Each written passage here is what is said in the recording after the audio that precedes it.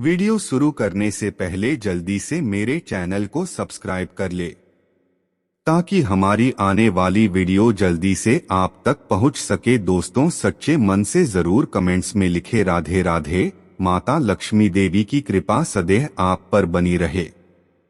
कृष्ण और गाय चराने की कहानी है, जिसमें कृष्ण बहुत छोटे रहते हैं और गाय चराने की जिद करते हैं। आज हम देखेंगे कि भगवान श्री कृष्ण ने किस तरह नंद बाबा से जिद करके लगे और गाय चराने के लिए मना लिया। जब श्री कृष्ण जी 6 या 7 वर्ष के हो गए तो उन्होंने सोचा कि वो तो बड़े हो गए हैं और वो अब बछड़ा नहीं गाय चराएंगे। ये सोचकर श्री कृष्ण मैया यशोदा के पास गए और मैया से कहा कि मैया, अब तो मैं बड़ा हो गया हूँ। मैया ने तब कहा, अच्छा लल्ला, तुम बड़े हो गए हो तो बताओ अब किया जाए तुम्हारे लिए। इस पर भगवान श्री कृष्ण ने कहा कि मैया, अब मैं बड़ा हो गया हूं तो अब से मैं बछड़ा नहीं चराऊंगा, अब से मैं गायों को चराऊंगा।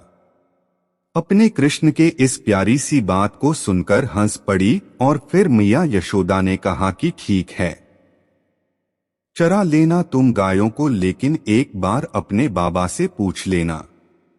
भगवान श्री कृष्ण ने तुरंत नंद बाबा के पास पहुंच जाते हैं तो उनसे कहते हैं कि बाबा, अब से मैं बछड़ा नहीं गायों को चराऊंगा। तब नंद बाबा ने कृष्ण को समझाते हुए कहा कि देखो लल्ला, तुम अभी बहुत छोटे हो, इसलिए तुम अभी बछड़े ही चराओ। लेकिन भगवान कृष्ण अपनी ही बात पर अड़ गए थे और उन्होंने कहा कि नहीं बाबा, मैं अब बड़ा हो गया हूं और मैं अब गाय ही चराऊंगा। जब नंद बाबा के बार बार मनाने के बाद भी नहीं माने तो नंद बाबा कृष्ण के जिद के सामने हार मान लिए और कहा कि ठीक है, तुम गायों को ही चराओ, लेकिन उससे पहले जाओ पंडित जी को बुलाकर आओ, वो गौचारण का शुभ मुहूर्त देखकर बता देंगे। भगवान श्री कृष्ण तुरंत दौड़ते हुए पंडित जी के पास गए और उनसे कहा कि पंडित जी, आपको बाबा ने बुलाया गौचारण के मुहूर्त देखने के लिए। और फिर उन्होंने सारी बात पंडित जी से बताई और पंडित जी से कहा कि आपको मुहूर्त आज का ही बताना है।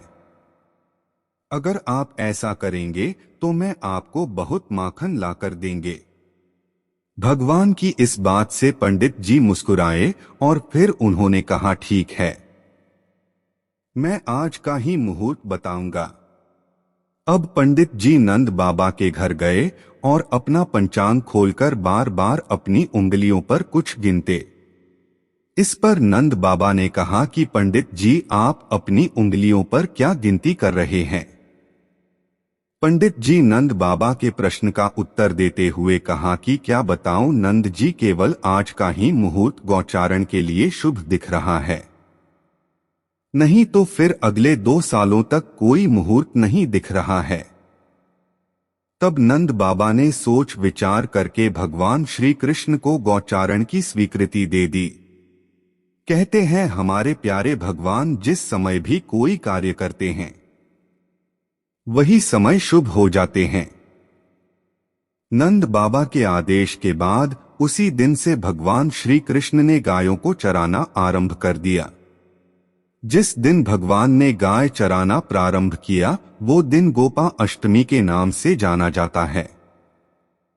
अब भगवान श्री कृष्ण गौ चराने के लिए तैयार होने लगते हैं और यशोदा उनका श्रृंगार कर रही थी।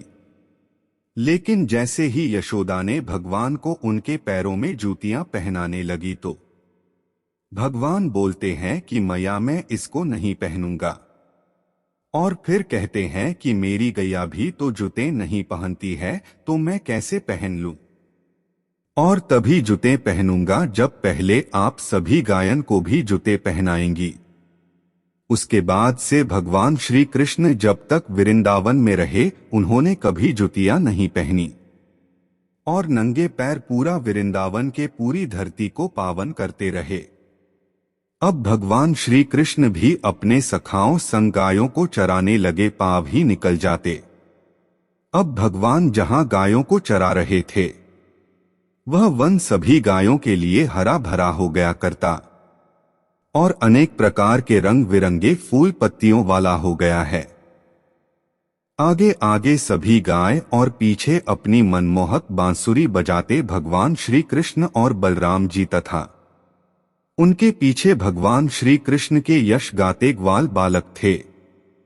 और इस प्रकार भगवान श्री कृष्ण विहार करने के लिए उन्होंने वन में प्रवेश लिया और तभी से भगवान श्री कृष्ण गौचरण लीला करने लगे।